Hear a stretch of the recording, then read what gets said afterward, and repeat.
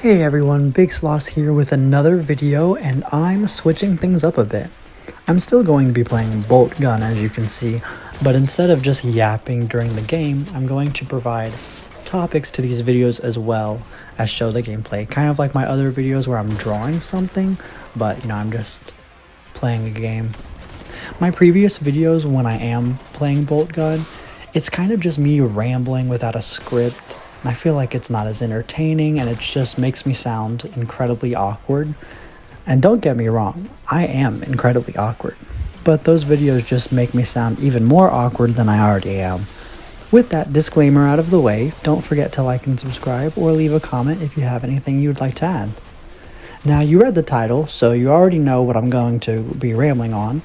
But my YouTube feed recently has been filled to the brim with people making videos like Nintendo Switch 2 experience after 100 days, or should you buy a Switch 2 4 months later, those types of videos.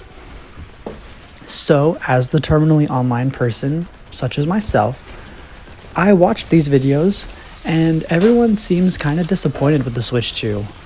Mainly because of Nintendo's egregious price increases, small library as of right now, and then the games that are out in that small library don't seem to have a lot of polish to them. This last reason is a pretty serious problem, mainly because Nintendo America's president, Doug Bowser, has stated that they will use variable pricing for their games because they believe if their games are a premium product, then they can charge premium prices. However, a lot of people who paid an insane $80 for Mario Kart World are very disappointed with the product.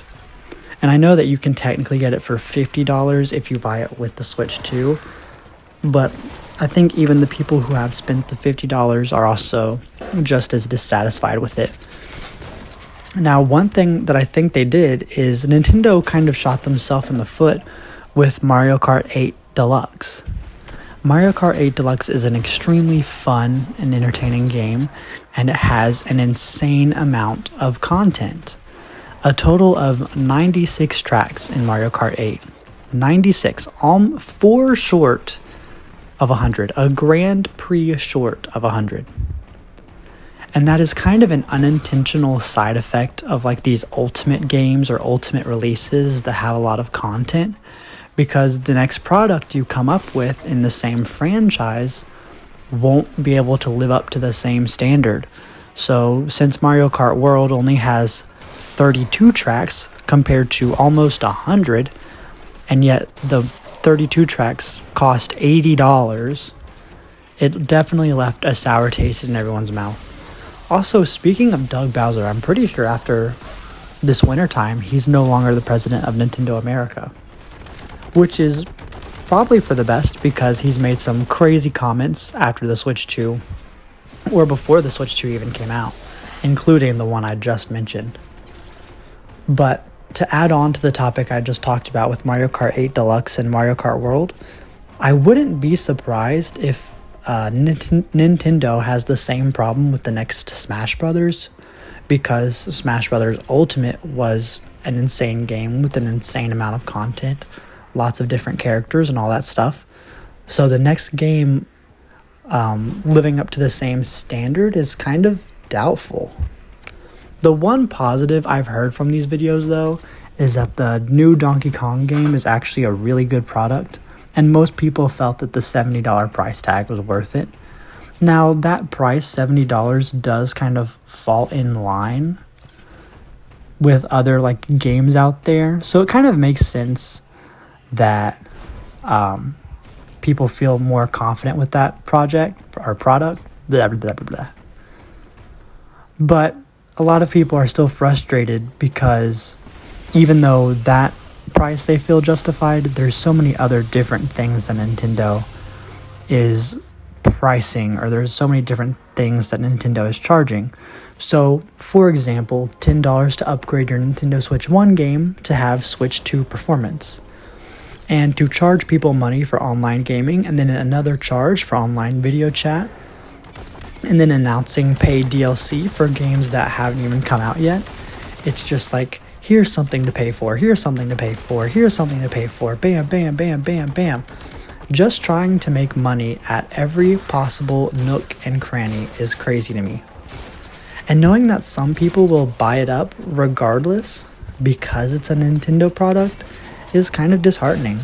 So many people before the Switch 2 were saying things like, I'm not buying the Switch 2, or I'm boycotting the Switch 2 until they lower the price. And then those same people who made those comments or made those statements would then buy the Switch 2 day one release. It's like, if you're gonna buy it day one, just buy it day one. Don't say I'm gonna boycott it because of its prices, blah blah blah blah blah. In my own personal circumstance, I also think it makes no sense for me to buy a Switch 2, mainly because I have a Switch OLED, which does pretty well, and then I have a Steam Deck, which can run those beefier games. So until it has a bigger library, and it has, a better library, especially with first-party games, I really have no desire to get the Switch 2. Plus, if a Steam Deck 2 comes out, you can kiss the Switch 2 goodbye. I wouldn't buy the Switch 2. Now, also just to add on, apparently, the new Pokemon game that just came out is not a next-gen experience for the Switch 2 buyers. Some people think it's even like a past-gen experience for the Switch 1. Graphics aren't the most important thing for any game, or anything for me in that matter, but if it really looks like the developers didn't even try to make it look good, that's a different subject matter entirely.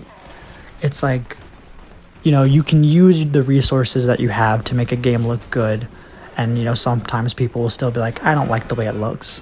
But if it's clear that you didn't even try, you just went, honestly, we don't care how it looks, people are still going to buy it anyway, that's a different subject of conversation.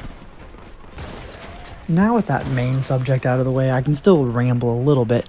I'm just fighting the final boss, not the final boss, but the second to last boss on the first chapter of Bolt Gun. You see, this is what I mean by it's kind of awkward, because I have no script in front of me, so I kind of just react to what's on screen, or I just ramble. But, Bolt Gun's a fun game. And, I think Bolt Gun 2 is coming out on the Switch 2. I think it was on the trailer.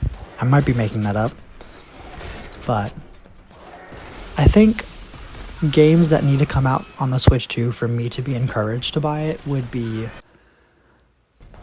maybe Doom the Dark Ages, but apparently it just got Steam Deck verified, so if it runs pretty well on the Steam Deck, then absolutely not. Just kidding. Other games would probably be the Monster Hunter Stories 3, and then the next Monster Hunter portable title, because I would assume the next Monster Hunter portable game is probably coming out on the Switch 2, kind of like with Rise and the Switch 1. Granted, that's years away, because Monster Hunter Wilds still needs to get the G-Rank expansion and all that, so that's years down the line. But if a Steam Deck 2 gets announced before I have a Switch 2, unless I fall into a lot of money, I would just get the Steam Deck 2 instead. Mainly just because, the Steam Deck 1 that I have, I already really enjoy. Recently, I've been playing Plants vs. Zombies on it. I just beat Plants vs. Zombies. And now I'm gonna play probably some Garden Warfare on my Xbox. Now, on the Steam Deck, you actually can't play any of the Garden Warfare or Battle for Neighborville, but I can get that on the Switch, so not that big of a deal. Alrighty, making our way to the last level of the first chapter of Bolt Gun, which is actually a pretty cool level. It looks very different and unique. Anyways, that's all for this video. I hope you enjoyed it, as I know it's something a little different than what I normally do. Just wanted to yap about some video games, but have a script so that it's not as awkward as my other ramblings. Stay safe, everyone, and bye bye.